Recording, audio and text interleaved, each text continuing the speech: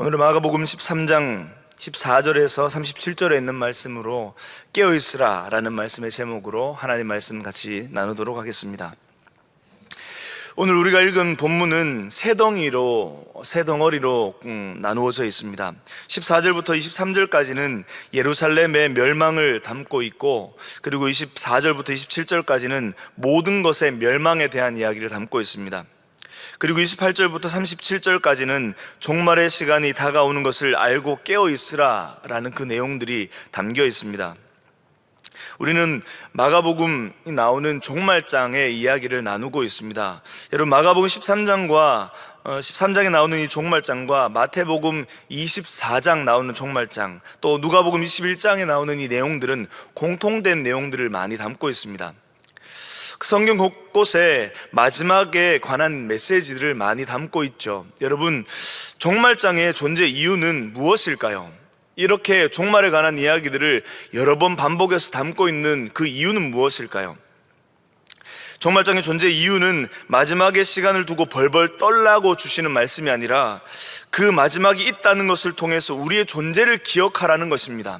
또 그리고 잊어버렸던 것을 다시금 깨달아 하나님을 바라보게 하시는 하나님의 뜻을 담고 있는 것이죠. 오늘 본문은 기억하고 깨달으라 라는 말씀으로 오늘 본문이 시작되고 있습니다. 오늘 이 본문에 나오는 내용들을 가지고 어떤 것을 우리가 깨달아야 할지, 기억해야 할지를 살펴보도록 하겠습니다. 먼저 깨달아야 할 것은 그때와 그 날이 있다는 겁니다. 여러분, 14절에 보시면요, 멸망에 가증한 것이 서지 못할 곳에 선 것을 보거든 읽는 자는 깨달을진저, 이렇게 말씀을 시작하고 있습니다. 우리는 우리가 누구인지를 늘 기억해야 합니다. 누구를 위해 또 누구와 함께 살아야 하는지를 깨달아야 합니다. 그 중에 우리는 오늘 이 본문을 통해서 우리가 누구인지를 깊이 깨달아야 하겠습니다. 종말에 관해서 말씀하실 때 그때라는 표현을 오늘 성경 본문에서는 계속 반복적으로 내어주고 계십니다. 그때, 그리고 그날이라는 이 표현들을 볼 때 이 시간이 누구에게 속한 것인가를 우리는 기억해야 하겠죠. 그때, 그날, 그 시간은 바로 우리에게 속한 시간이 아니라 하나님께 속한 시간이라는 사실을 우리는 기억해야 합니다. 우리가 스스로 지정하거나 선택할 수 있는 영역이 아니라는 것이죠.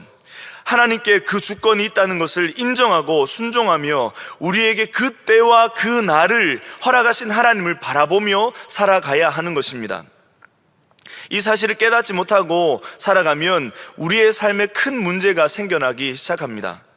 그런데 우리는 특별한 일이 일어나지 않아도 잘 속고 지나갈 때가 참 많습니다. 여러분, 오늘 이 본문과 같은 본문의 내용을 다루고 있는 마태복음 24장에 있는 본문을 들여다보면 마태복음 24장 37절에 이렇게 기록하고 있습니다.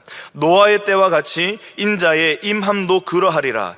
홍수전에 노아가 방주에 들어가던 날까지 사람들이 먹고 마시고 장가들고 시집가고 있으면서 홍수가 나서 그들을 다 멸하기까지 깨닫지 못하였으니 인자의 임함도 이와 같으리라.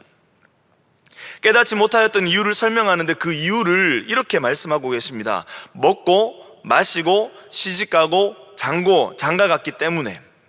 특별한 죄악으로 깨닫지 못했던 것이 아니고 먹고 마시고 결혼하는 일상에 떠밀려 살아가다 보니 기억해야 될 것을 잊어버린 채 살아가게 된다라고 성경은 말씀하고 있습니다.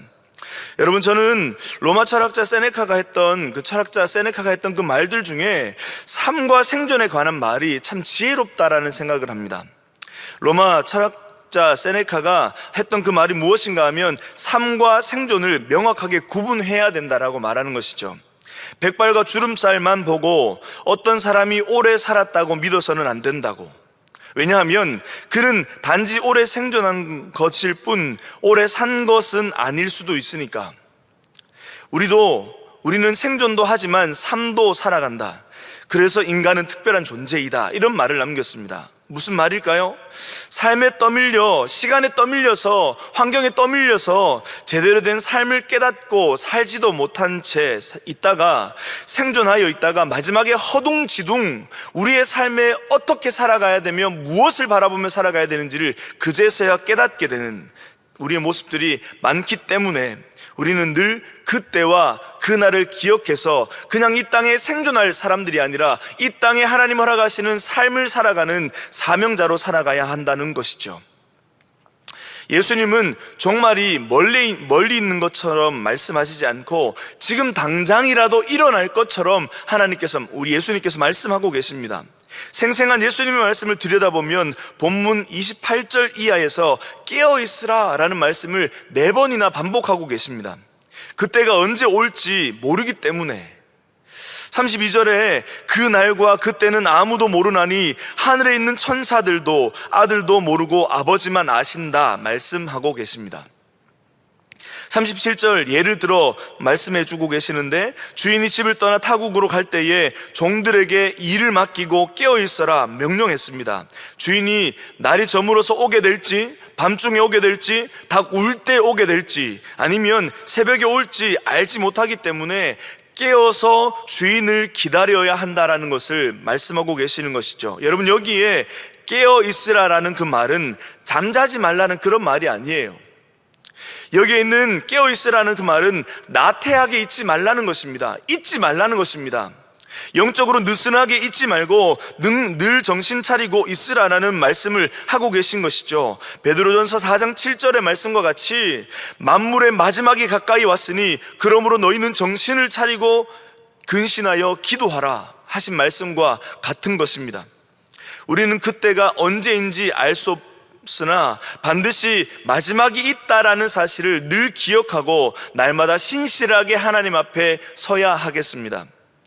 우리는 오늘 본문을 통해서 이 땅에서의 삶을 선물로 주신 하나님의 뜻을 깨닫고 어떻게 살아야 하는지를 다시 한번 깊이 깨달을 수 있는 우리 모두가 되었으면 좋겠습니다. 다시 본문 14절로 돌아오면 말씀에 읽었던 대로 멸망에 가증한 것이 서지 못할 것에 선 것을 보거든 이라는 말씀이 나오죠. 여러분, 여기 나오는 이 구절에 멸망에 가증한 것이라는 그 표현은 다니엘 9장 27절에 있는 그 표현을 가져다가 인용한 겁니다. 다니엘 9장 27절의 그 배경은 주전 한 538년경으로 보는 그때에 있었던 그 말씀을 이후에 예수님께서 그대로 인용하시면서 마태복음 24장 15절의 말씀에 보면 다니엘이 말한 바 이렇게 언급하면서 이 말씀이 누구로부터 시작되었으며 언제 우리에게 예언되었는지를 말씀해 주고 계신 것이죠. 멸망에 가증한 것이라는 이 표현은 여러 가지 우상 숭배와 연결되어 있는 표현입니다.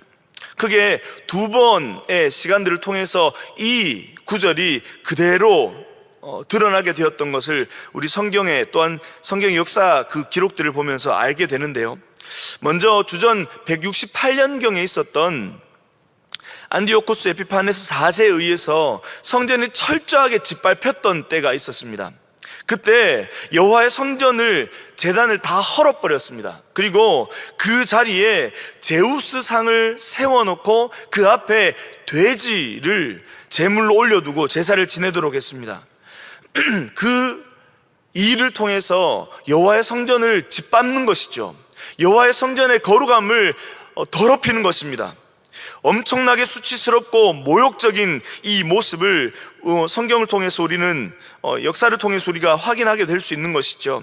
이렇게 예언되었던 멸망에 가증한 것들이 거룩한 곳에 서게 되는 일들을 보게 된다라는 그 표현 속에 또 한 번의 그 일들이 일어나게 되는 사건이 있습니다.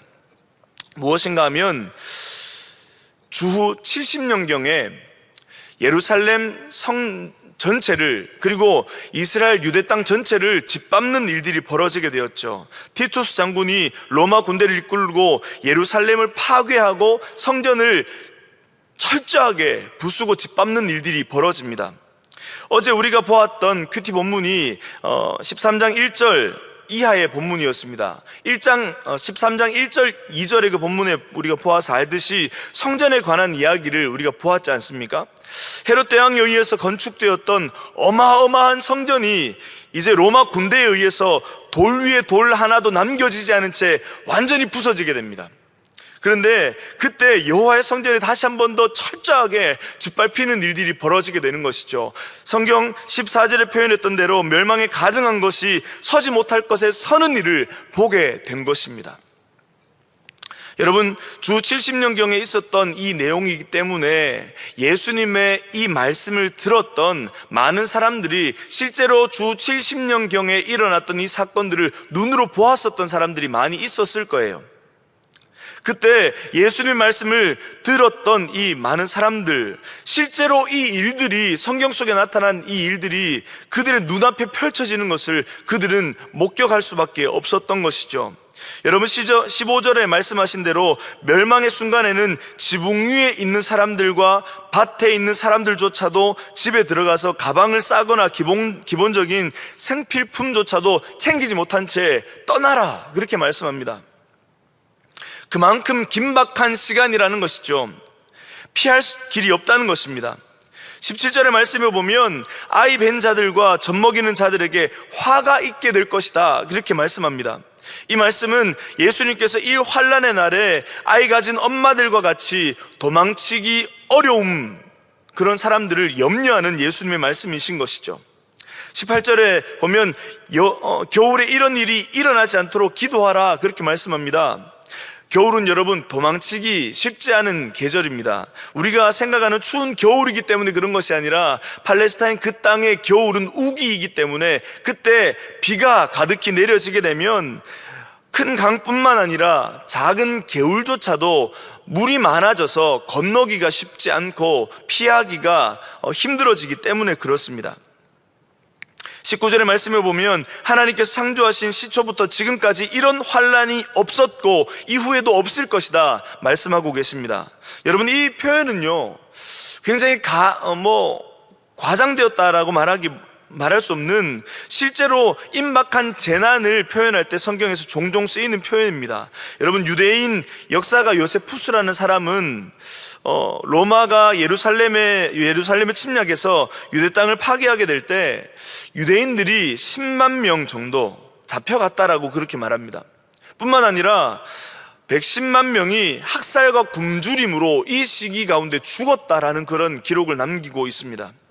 그리고 또한 너무 많은 사람들이 십자가에 못 박혀 죽어갔기 때문에 십자가를 만들어 세우느라 전국에 나무가 남아있지 않았다라는 기록을 남길 만큼 그때는 철저하게 엄청난 큰 환난이 이스라엘 땅 가운데 일어나게 되었다라고 기록하고 있는 것이죠.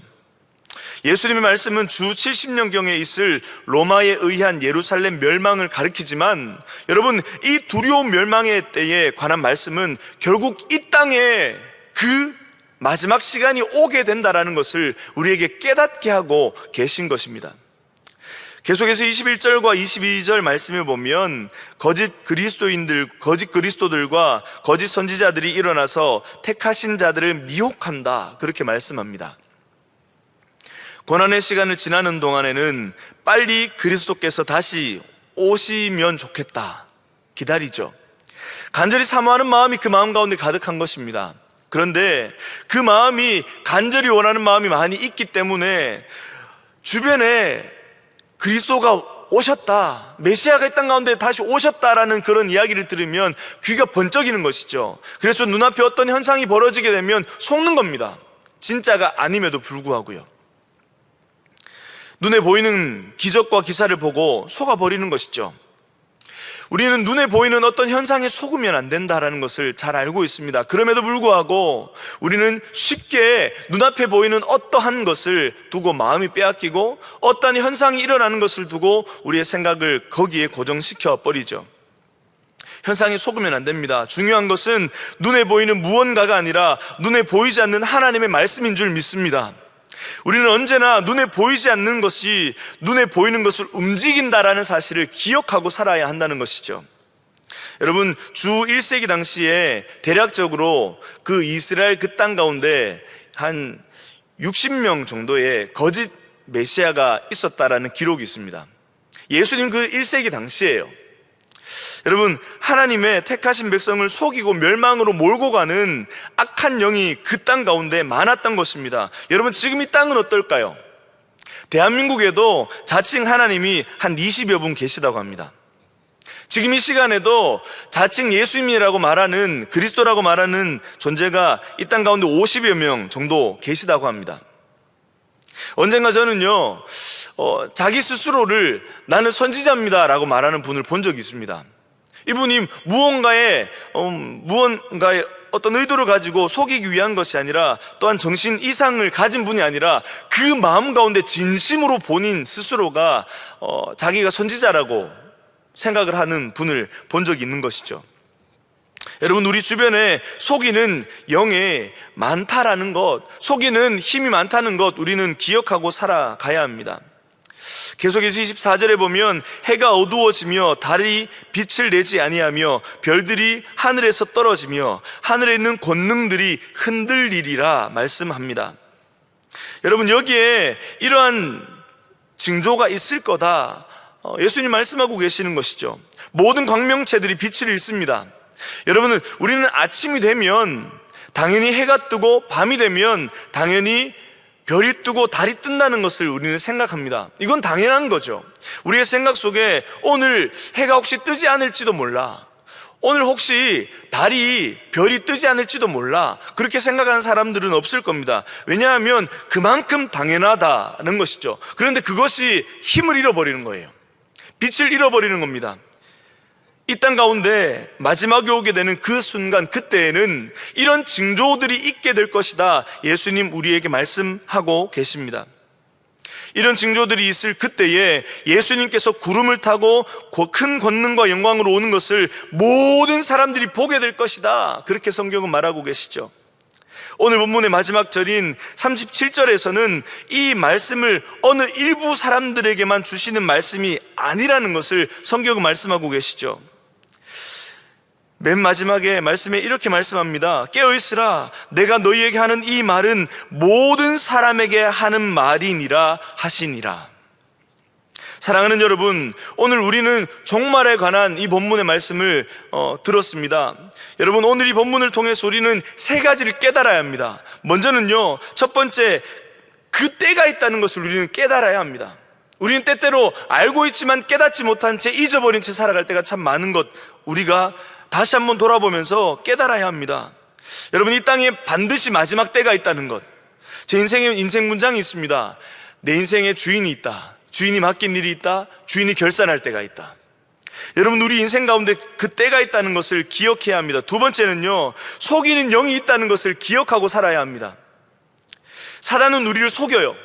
우리의 생각을 흐트러 놓습니다. 누가 주인인지 헷갈리게 만들어 버립니다. 누구를 위해서 살아야 할지, 무엇을 위해 살아야 하는지를 잊어버리게 하는 것이죠. 사단의 속삭임과 속이는 말에 속지 않도록 우리는 날마다 깨어 있어야 합니다. 세 번째는요, 하나님께서 우리를 택하셨다라는 것이에요. 성경 본문에 보면 반복적으로 종말의 말씀을 언급하면서 예수님은 택하신 자들에 대한 언급을 잊지 않습니다. 하나님은요, 잊지 않으십니다. 하나님은 자기 백성을 잊지 않으시고, 어려운 상황을 지나는 순간, 극심한 고통으로 곧 죽을 것 같은 그 순간에도 하나님의 백성을 기억하고 계시다라는 사실을 우리 또한 함께 기억해야 한다는 것이죠.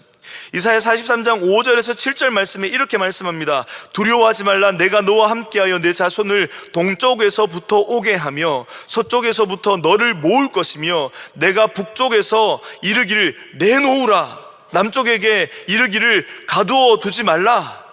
내 아들들을 먼 곳에서 이끌며 내 딸들을 땅끝에서 오게 하며 내 이름으로 불려지는 모든 자, 곧 내가 내 영광을 위하여 창조한 자를 오게 하라. 여기에 하나님의 자기의 택한 백성을 불러 모으십니다. 절대로 빼앗기지 않으시겠다라는 것이죠. 아무리 어려움의 시간, 극심한 고통의 순간을 맞이하는 종말의 때라도 하나님께서 자기 택한 백성을 잊지 않으신다라는 사실 우리는 기억해야 합니다. 가두어 두지 말라, 내어놓으라. 내 아들들을 먼 곳에서 이끌며 내 딸들을 이 땅으로, 땅끝에서 오게 할 것이다, 예수님 말씀하고 계십니다. 사랑하는 여러분, 오늘 이 하루를 지나는 동안에 우리는 이 세 가지를 기억합시다. 그리고 하나님을 기억하며 택하신 백성을 하나님의 사람으로 하나님의 은혜 가운데 붙들어 주시는 그 하나님과 함께 풍성한 은혜를 누리시는 여러분 되길 바라고, 오늘 우리의 삶 가운데 하나님의 그 평강이 우리 가운데 임하여져서 세상에 많은 소리들이 들려져서 우리의 귀를 흔들어 놓지만 하나님 주시는 그 은혜의 마음으로 인하여서 평강을 누리고 기쁨을 누리며 안전하게 거하는 복된 저와 여러분의 모든 삶이 되기를 예수님의 이름으로 축복합니다. 이생같이 하나님 앞에 기도함으로 나아가시겠습니다. 말씀을 기억하며 하나님, 우리가 깨어 있겠습니다. 하나님, 잊지 않겠습니다. 주님 말씀 앞에 서겠습니다. 주님 주신 그 말씀을 기억하며 오늘 우리의 삶을 주님께 올려드리며 주여 한번 부르짖고 기도함으로 나아가시겠습니다.